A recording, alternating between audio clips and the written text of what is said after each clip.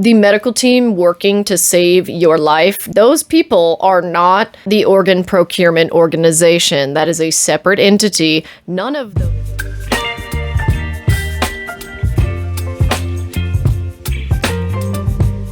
Hey folks, it's me, Courtney.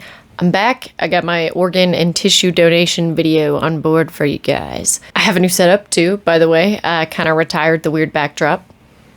I needed the guest room back. My husband and I, we moved our stuff all around. But have you ever thought it was odd that you get asked about donating your organs and your tissues when you go to like the DMV, the Department of Public Safety, whatever it's called? I'm old. They don't tell you what happens when you sign up at the place where you get your license. When you sign up there versus online, which I will leave some links down in the description if you would like to look at what the process is like, other than what I kind of go through here. And if you would like to sign up to donate in your area, you can definitely figure that out down below. All you really have to do though, if you don't want to click any weird links, that's totally fine. You just have to go to your state's registry. Just search up Colorado State Organ and Tissue Donation Registry and then you can find it. So just insert whatever your state is and there you go. I thought it was super weird when I went to get my license for the first time and I was asked if I wanted to be an organ and tissue donor at 16 and I'm like, what? And they don't tell you that process right then and there. I'm sure if you ask them, they might give you a very baseline, but then again, they might just give you a pamphlet of like, here, there you go. You can look online. If you do sign up to become an organ and a tissue donor through a website for your state, other than at the DMV, you will be given like what the process is. And so basically the weird thing about Colorado is I wasn't aware that this was a thing, but the OPO that we have here has a monopoly on organ procurement and tissue procurement. I think in Texas, they might have more than one. Texas is a pretty big state, but I don't recall. It's been years now since I've lived down there. Basically, there's organ donation and tissue donation. And there's a little bit of a difference between the two, clearly. What happens though, say, because I always use myself as the example for these weird stories that I tell. So say I die on the side of the road in a car wreck and I was a tissue and organ donor. They would call my husband, say I died,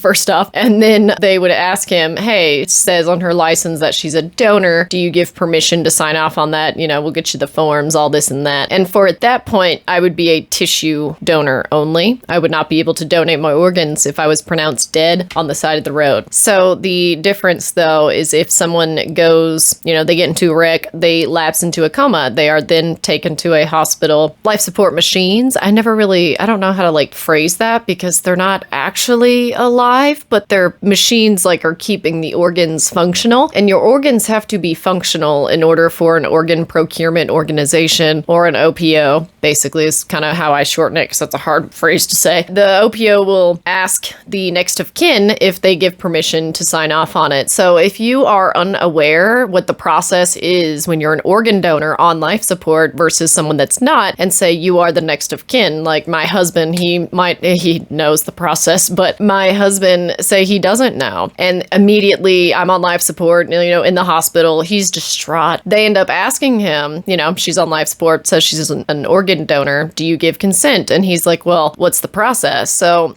this is kind of where the weird part comes in that I wish more people knew about. I feel if you know about this process before you are kind of slapped with these forms, you can be a little more prepared. And then if you ever are faced with this situation, you know, heavenly power forbid, whichever one you prefer, that you have a loved one on life support and you are asked to sign off on these things, or if you yourself end up in this position, you might want to tell your loved ones, hey, it might take up to a week if I'm on life support to donate my organs. Because one, they have to be working. Two, they have to schedule the surgeries because you can save up to, I'm looking down at my little notes here. So whenever you're on the website, it'll tell you this as well. You know, you don't have to like take my word for it. You can totally fact check me. I have no problem with that. So you can like, as an organ and tissue donor, if you end up going like both routes, basically, you can save up to 8 lives and you can improve over 75 people's people's lives, which is like pretty cool. I think that is very much needed. I personally don't really want to share what my stance and personal choice on, like, if I am an organ or tissue donor. Now, I'll leave that up to speculation, and then people that know me in real life, you can ask if I am or am not. Basically, what happens is, say, if I end up being on life support, my husband would be asked, oh, do you give consent for us to have an organ procurement organization come and take your loved one's organs so that they can be donated to others? And if he is aware of this beforehand, because he is, I've had this conversation with him, what to expect, you know, whether his parents or sibling or whatever is an organ donor and like what their wishes are if they want to be one, then I think we should honor those wishes. But it's also very jarring to a family because they might not know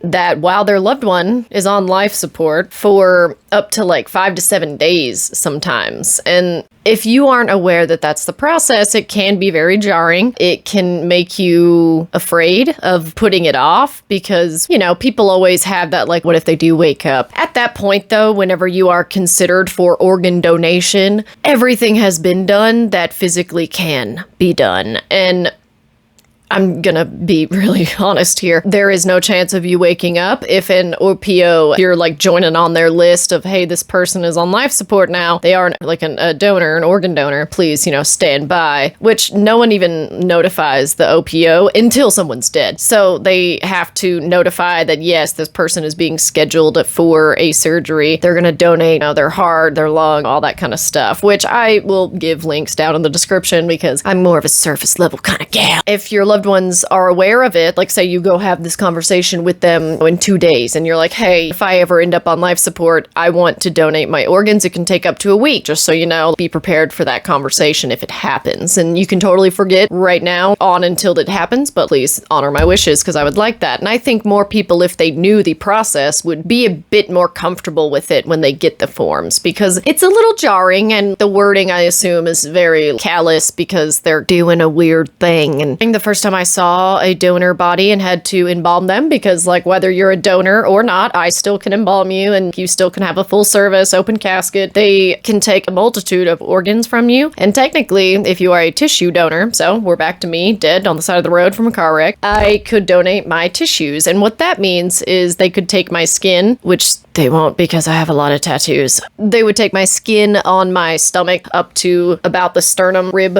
area, sometimes a little bit higher if it's a man and they have like more room, but usually it stops about here. And then for your back, they'll go all the way up. I have an entire back piece though, so they don't want mine. But they could take my long bones and they want your bones for the marrow. It helps people with leukemia. They get bone marrow transplants. I've heard that it doesn't usually take, it's got a pretty high chance of rejecting. Very devastating, honestly. If more people are organ and tissue donors and their families understand the process and informed consent, I think a lot more people could benefit and medicine can progress and maybe we can get that place in the future. I will reiterate, it can take up to a week for the organ procurement organization and the different surgeons and the different patients to check blood types, make sure that everything is gonna mesh well, make sure the person that is getting the kidney or heart or lung or a part of your liver, sure that those people can get in appropriately. And if there's any like OPO workers out there and you want to come on the channel, just let me know. I'm kind of just hanging out and making ad-free videos for education's sake.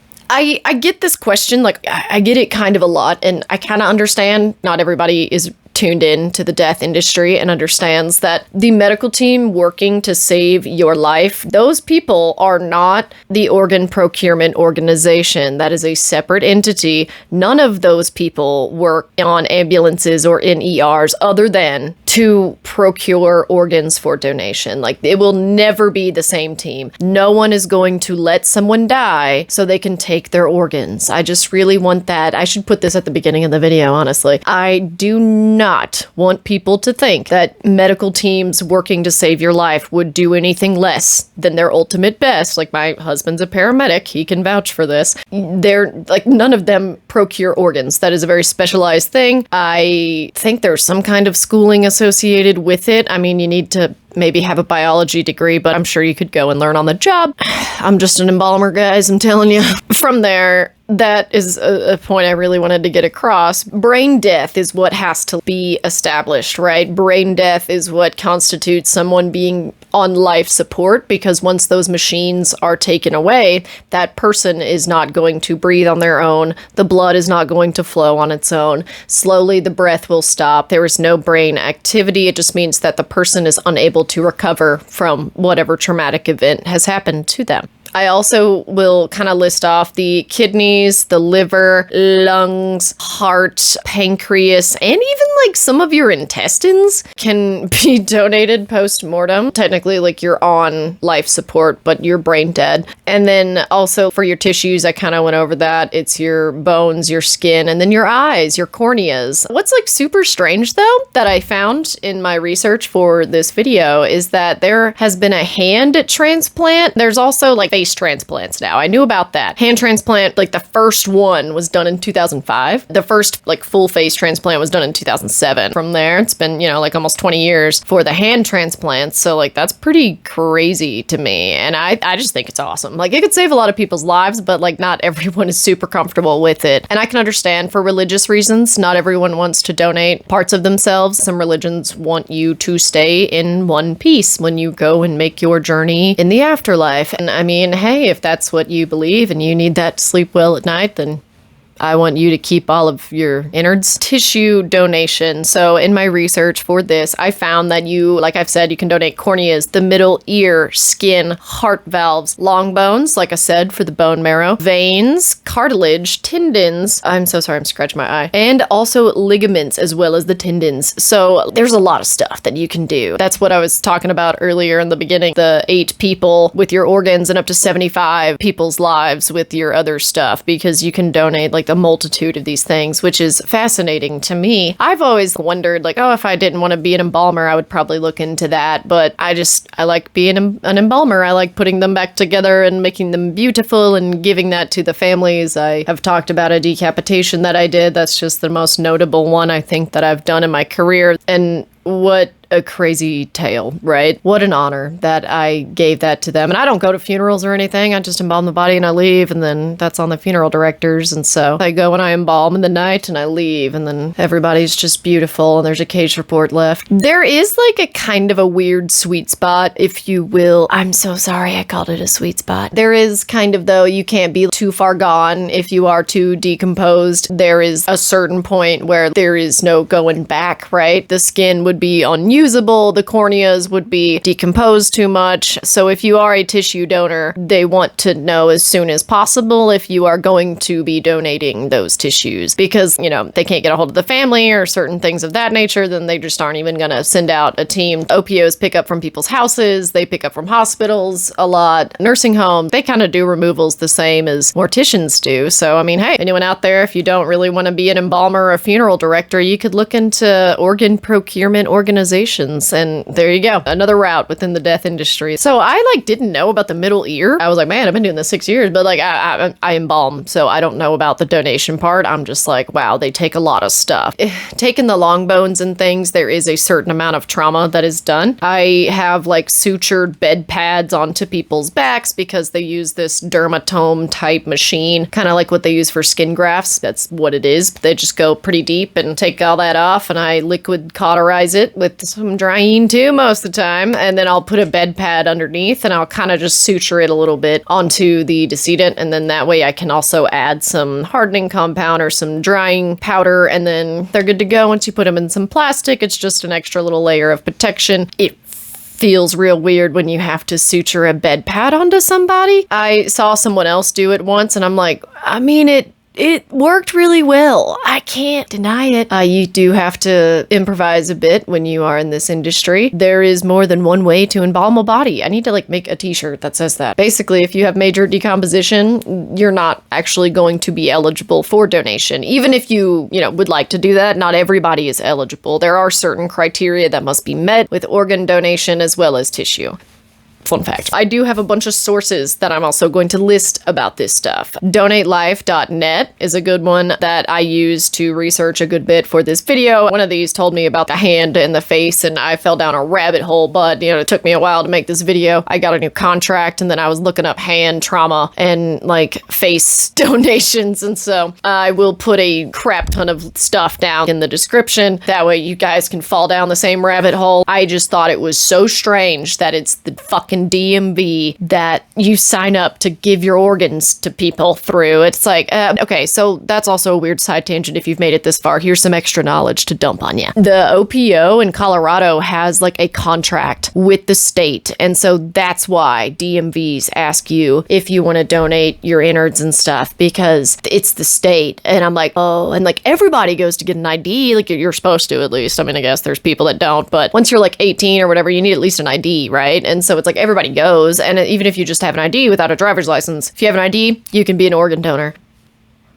Which is like kind of odd, but hey, it saves people's lives and it does a lot of good, and I think it's important, and I think informed consent is important because some people are devastated when they find out it's going to take a week. I just kind of want to like lift the veil on that because I think more people should know about it. Like, I have so many friends that say, oh, if you're a donor, they don't even have to ask. That is false. Don't tell people that. That is a lie. You made that up. Your next of kin has final say on if you donate or not. Make sure they know your wishes and that they know the process. Give them a link to this video if they can deal with my weird ramblings. I'm Courtney. I'm a little creepy, and I'm still here hanging out.